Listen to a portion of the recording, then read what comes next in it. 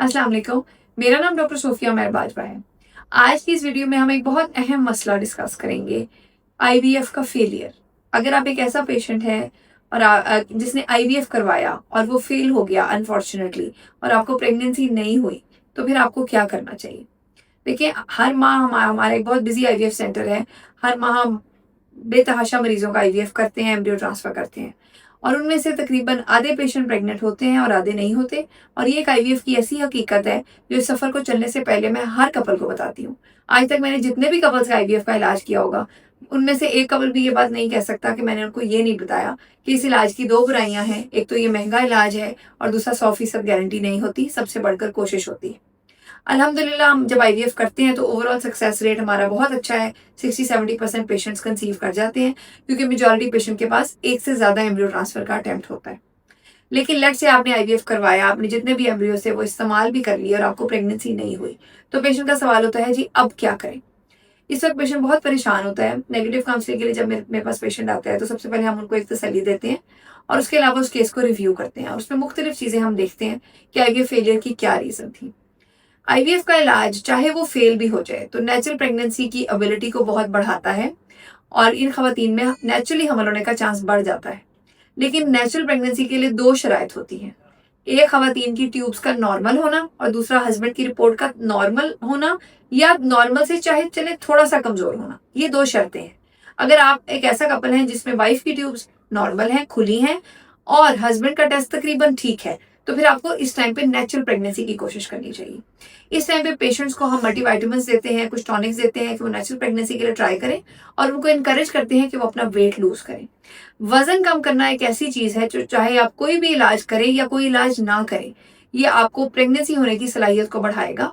और आईवीएफ का इंजेक्शन लगना, आईवीएफ के इंजेक्शन और आईवीएफ का जो पूरा प्रोसेस है पिकअप समेत होता है, उसमें ओवरीज को एक बड़ा स्ट्रॉन्ग स्टिमुलस मिलता है फॉर नेचुरल प्रेगनेंसी।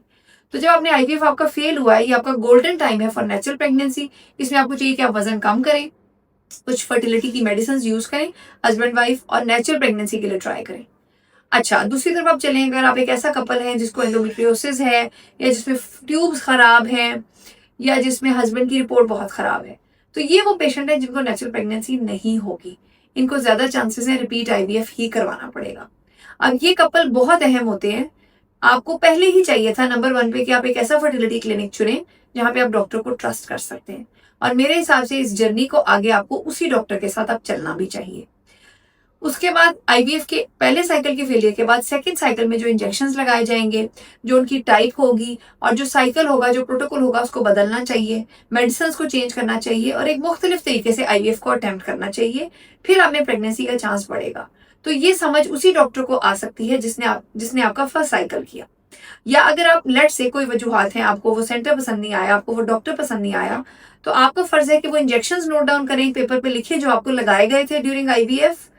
अगर आप अभी अपना आईवीएफ करवा रहे हैं तो आपको वो इंजेक्शंस के नाम लिख लेने चाहिए कि आपको कौन से इंजेक्शंस लगाए गए और प्रोटोकॉल का तरीकेकार क्या था। और उसूलन उस आईवीएफ क्लिनिक से आपको एक समरी ले लेनी चाहिए कि कितने दिन इंजेक्शन लगाए, कौन से इंजेक्शन लगाए और कौन सा आईवीएफ का प्रोटोकॉल किया और दौरान इलाज कौन सी आपको दवाइयां दी गई, ताकि आप जब नेक्स्ट साइकिल कराएं तो उन चीज़ों को थोड़ा सा देखा जाए।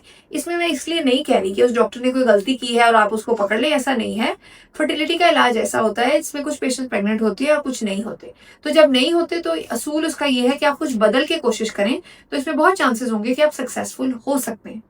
तो आज की इस वीडियो को मैं समराइज करूंगी कि अगर आपका आईवीएफ फेल हो गया है, अगर आपकी ट्यूब्स नॉर्मल है और हस्बैंड की रिपोर्ट तकरीबन ठीक है, तो आप डाइटिंग करें, वजन कम करें, मल्टीविटामिन टॉनिक्स लें और नेचुरल प्रेगनेंसी के लिए कोशिश करें।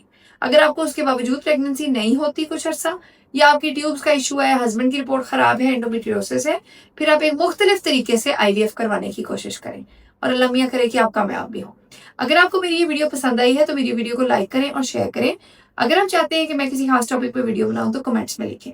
Thank you.